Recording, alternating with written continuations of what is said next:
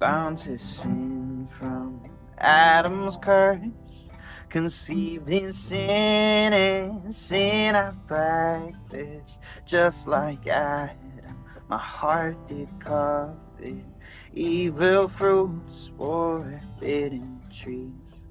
But God's own image I still carry, and he would not forsake his own.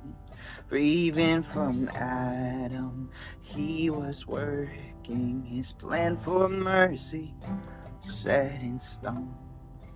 Only Jesus,